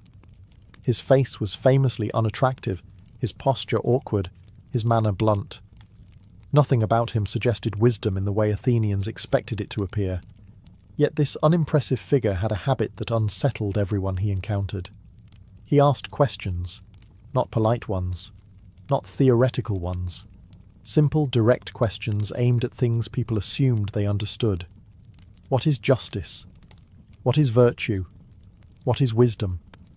And once someone answered, Socrates would continue asking, gently but relentlessly, until the answer collapsed under its own contradictions. Socrates claimed to know nothing. This was not false modesty. He treated ignorance as a starting point, not a weakness. In a society obsessed with reputation, he made ignorance visible. He exposed how often confidence substituted for understanding, how easily admired men relied on memorized phrases instead of thought. His conversations often ended with his interlocutors confused, embarrassed, or quietly furious. He did not teach in schools or lecture halls. He taught in marketplaces, gymnasiums, workshops, and street corners. He spoke to generals and politicians with the same tone he used for craftsmen and slaves. Rank did not impress him. Authority meant nothing if it could not withstand scrutiny. This equal treatment was deeply offensive in a hierarchical society. Socrates also refused payment. Sophists charged high fees to train young men in rhetoric and persuasion. Socrates offered no curriculum and took no money. This made him difficult to categorize and impossible to control. He undermined professional teachers simply by existing alongside them, asking better questions for free. To some, he was amusing, a harmless eccentric. To others, he was dangerous. He disrupted conversations, embarrassed leaders, and taught young Athenians that revered opinions could be dismantled with patience and logic. He did not propose reforms or lead factions. He destabilized certainty itself. Athens tolerated many things: ambition disguised as virtue, even corruption. But Socrates offered no performance of respectability. He refused to play the role society expected of a wise man. And in doing so, he quietly became one of the most unsettling figures the city had ever produced. Athens in the 5th century before the Common Era was a city built on display. Political life unfolded in public assemblies. Legal battles were theatrical performances before massive juries. Success depended less on truth than on persuasion, confidence, and the ability to appear convincing. Reputation was currency. To be seen as wise, honourable, and capable mattered as much as actually being those things. This culture produced professionals of persuasion. Sophists travelled from city to city, offering instruction in rhetoric, logic, and debate. For a fee, they taught young men how to win arguments in court, sway assemblies, and defend any position with equal confidence. Skill mattered more than substance. Victory, not truth, was the goal. Athens admired this talent openly. A man who could speak well could rise quickly. Socrates existed as a living contradiction to this system. He refused to perform wisdom. He claimed ignorance where others claimed mastery. He did not prepare speeches or train students to persuade crowds. Instead, he dismantled arguments one conversation at a time, often in front of onlookers. Where sophists built reputations, Socrates quietly unbuilt them. The humiliation was subtle but devastating. A respected politician, praised for intelligence, might find himself unable to define justice under gentle questioning. A celebrated general could not explain courage without contradicting himself. These exchanges did not end with applause. They ended in silence, confusion, and wounded pride. Socrates rarely mocked his interlocutors directly. He let their own words do the damage. Athenians laughed at first. The city enjoyed clever irony and intellectual sport, but laughter turned to irritation as the pattern repeated. Socrates seemed to target those most admired. The higher a man's reputation, the more satisfying it was to watch it unravel. Over time, resentment grew, not because Socrates insulted people, but because he exposed them. The problem was not simply embarrassment, it was influence. Young Athenians watched these encounters and learned a dangerous lesson: that public honour could be hollow, and that authority could be questioned without violence. Socrates did not tell them to rebel. He showed them how easily certainty could be dismantled. In a democracy already anxious about instability, this was unsettling. Athens had lost wars, endured plagues, and suffered internal betrayals. The city clung tightly to the idea that respected men knew what they were doing. Socrates challenged that illusion relentlessly. In a culture built on reputation, Socrates did not merely ask questions. He undermined the foundation on which public life stood. What truly set Socrates apart was not his appearance or his poverty, but the way he thought. Or more precisely, the way he forced others to think. His approach to conversation, later called the Socratic method, was disarmingly simple. He began by asking someone to define a concept they claimed to understand. Justice, courage, piety, wisdom. The questions sounded innocent. The consequences were not. Socrates never argued aggressively. He did not raise his voice or deliver long speeches. Instead, he asked short, precise questions and followed the answers wherever they led. Each response generated another question. Each clarification exposed a new contradiction. Slowly, the confident speaker found himself tangled in his own words. What began as certainty dissolved into confusion. This method was not designed to humiliate, though humiliation often followed. Socrates insisted that discovering ignorance was progress. To recognize that you do not know is the first step toward genuine understanding. He believed most people lived with false confidence, mistaking inherited opinions for knowledge. His method stripped those opinions down to their foundations and found them wanting. For the person being questioned, the experience could be deeply uncomfortable. Reputation collapsed in public. Answers that once impressed audiences now sounded empty. Socrates offered no replacement doctrine, no final definition to cling to. He ended conversations in uncertainty not resolution. Many found this infuriating. A man who takes away your certainty without offering comfort is rarely loved. To Socrates, however, this discomfort was ethical. He believed unexamined beliefs led to injustice, arrogance, and moral failure. A society that rewarded confidence over understanding was dangerous.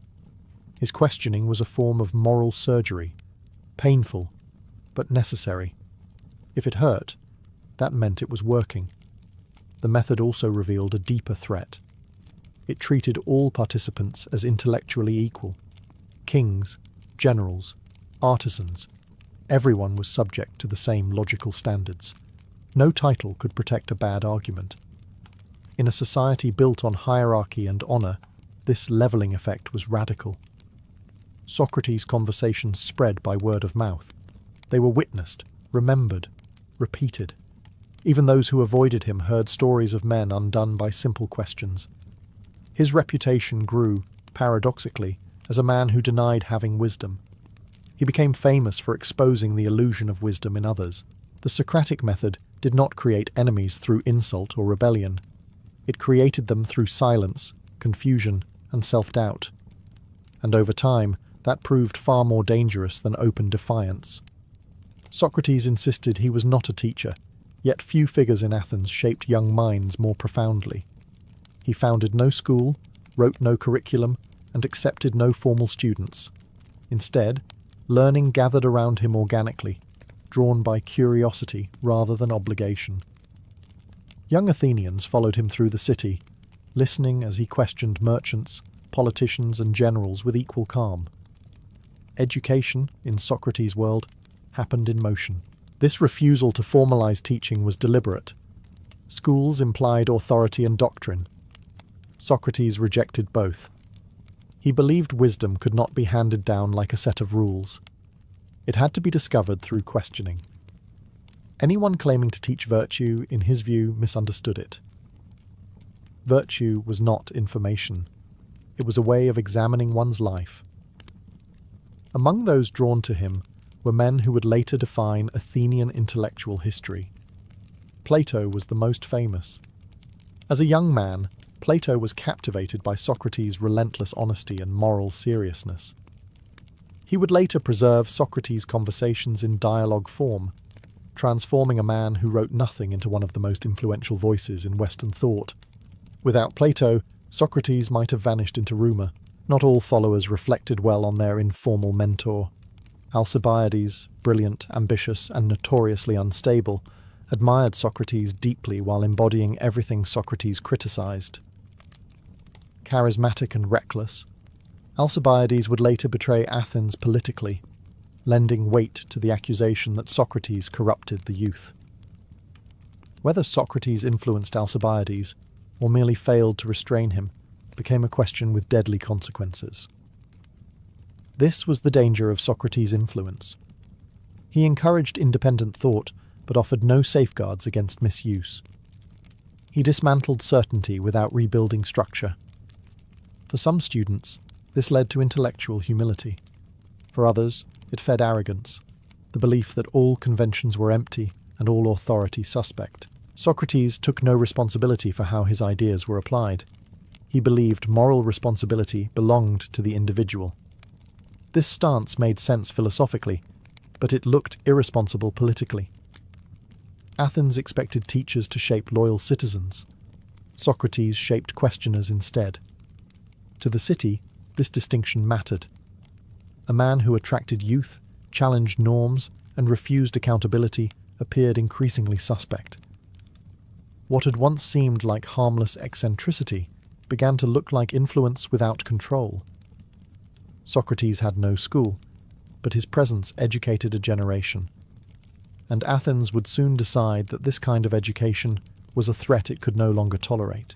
Socrates did not live in a stable or confident city. His adult life unfolded during Athens' long descent from imperial power to humiliation. The Peloponnesian War drained resources, killed thousands, and shattered the belief that Athenian democracy was invincible. Plague swept through the city. Allies defected. Enemies pressed in. By the end, Athens was defeated, occupied, and deeply traumatized. In times like these, societies look for reassurance. They reward loyalty, conformity, and comforting narratives. Socrates offered none of that. He did not praise the crowd. He did not flatter leaders. He did not blame enemies for everything that went wrong. Instead, he continued asking whether Athens was just, whether its decisions were wise, and whether its leaders actually understood virtue at all. This made him intolerable to many. Questioning authority during peace is annoying. Questioning it after defeat feels like betrayal. Socrates had served as a soldier earlier in life and was widely regarded as personally brave. He endured hardship without complaint and showed physical courage in battle. This made it harder to dismiss him as a coward or foreign sympathizer. His loyalty was not in doubt. His judgment was. During moments of political crisis, Socrates refused to cooperate with injustice, even when ordered by the state. When democratic leaders demanded unlawful actions, he declined. When an oligarchic regime briefly seized power and ordered him to participate in arrests, he again refused. He did not protest loudly. He simply did not comply. This quiet resistance infuriated both sides. Democracies tolerate dissent poorly when frightened. Tyrannies tolerate it not at all. Socrates managed to alienate every faction without joining any of them. He obeyed the law when it was just and ignored it when it was not, according to his own moral compass. To Socrates, conscience mattered more than survival. To Athens, this looked like arrogance. A citizen who decides for himself which laws to follow undermines the entire system. In a city struggling to reassert control after chaos, this kind of moral independence felt dangerous. By the time peace returned, Athens was eager to restore order and identity. Old wounds were still open. Memories of betrayal lingered. And Socrates, still walking barefoot and asking uncomfortable questions, became an easy symbol of disorder, a reminder of doubt in a city desperate for certainty. The war had ended. The patience for Socrates had not survived it. The case against Socrates did not begin with a single outrage. It accumulated slowly, built from years of irritation, embarrassment, and fear. By the time formal charges were brought, the city had already decided that something had to be done. The trial would not determine whether Socrates was dangerous. It would determine whether Athens could tolerate him any longer. The accusations were deceptively simple. Socrates was charged with impiety, failing to acknowledge the gods of the city and introducing new divine influences, and with corrupting the youth. On paper, these were religious and moral offences. In reality, they were political and social. Athens was not prosecuting theology, it was prosecuting disruption. Impiety was a flexible charge, useful precisely because it was vague. Socrates spoke often of a divine inner voice, a guiding sign that warned him away from certain actions. He did not claim it was a god, but he did treat it as authoritative. To traditionalists, this sounded suspicious. In a city trying to restore religious and civic unity after catastrophe, deviation was dangerous. The charge of corrupting the youth carried more weight. Socrates had influenced young men who questioned authority, mocked public figures, and treated tradition with skepticism. Some of those men had later betrayed Athens or supported oligarchic rule. Whether Socrates caused this behavior was irrelevant. In a traumatized city, association was enough. Importantly, Socrates had powerful enemies. Men he had embarrassed publicly, politicians whose authority he had undermined, teachers whose profession he had quietly exposed as hollow. The trial gave these resentments a legal outlet. The charges were brought by ordinary citizens, but they spoke for a broader unease. Athens had amnesties for wartime crimes and political betrayals. It claimed to be healing. Yet here was a man who refused to stop reopening wounds. He reminded people how easily they had been misled, how confident men had failed catastrophically. For a city desperate to move forward, Socrates felt like an anchor dragging it backward into doubt. The irony was cruel. Socrates believed he was serving Athens by challenging it. He saw questioning as an act of loyalty, not rebellion. But the city no longer wanted to be questioned. It wanted reassurance, stability, and clear boundaries. The trial was not about whether Socrates believed in the gods. It was about whether a society under strain could survive a man who refused to stop asking why. When the trial began, many Athenians expected Socrates to save himself. The courts were not neutral arenas of law in the modern sense. Verdicts were shaped by emotion, reputation, and performance.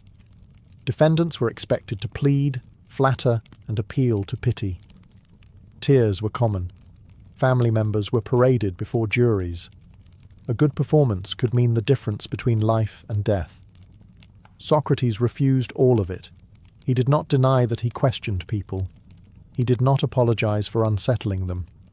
He did not promise to change.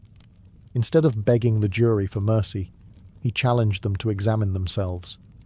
He argued that he had done Athens a service by exposing false confidence and moral laziness. Far from corrupting the youth, he claimed to have encouraged them to care about virtue rather than wealth or status. This was not how trials were won. His tone was calm, almost conversational, but the content was confrontational. He compared himself to a gadfly, small, irritating and necessary, sent to sting a sluggish horse into movement. Athens, he suggested, was that horse. Killing the gadfly would not make the city wiser, only more comfortable. When it came time to propose a punishment, Socrates again defied expectation. Instead of suggesting exile or a fine as a compromise, he half-jokingly proposed that he be rewarded with free meals for life, an honour given to civic benefactors.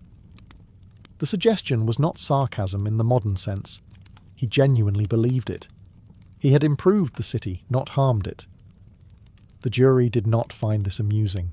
To many, his behaviour confirmed the worst suspicions.